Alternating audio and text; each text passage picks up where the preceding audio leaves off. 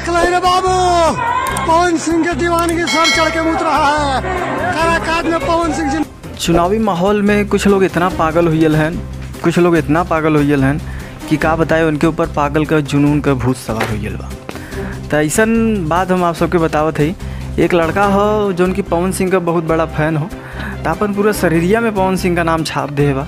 अब का बताइए, होकर इतना बड़ा फ़ैन बा। अब भाई राजनीति और का बात अलग होला, लेकिन इतना भी बड़ा फ़ैन के हो न हो चाहिए। तो हम ओकर कुछ झलक आप सबको भी दिखावते होते हैं, ध्यान से देख लीजिए, बड़ा बढ़िया लगे आपके। जिंदाबाद ऐसे होगा, मुँह ना के पीछे कपारे वाले एकदम मैं पवन में है। जिधर देखो उधर पवन सिंह राम और पवन सिंह के हनुमान है। देखा कहे रहे ऐसा तो चूतिया है, ऐसा नमूना है जो उनकी कुछ भी करे तैयार हैं। अरे भाई काम मिला था तो है कहीं के। तब भैया बाबू ऐसे ही हम वीडियो आप सबके बीच में लियावत रहो। बस हमें चैनल के सब्सक्राइब कर दिया, थोड़ा सा अपने भाई के सपोर्ट करा बस।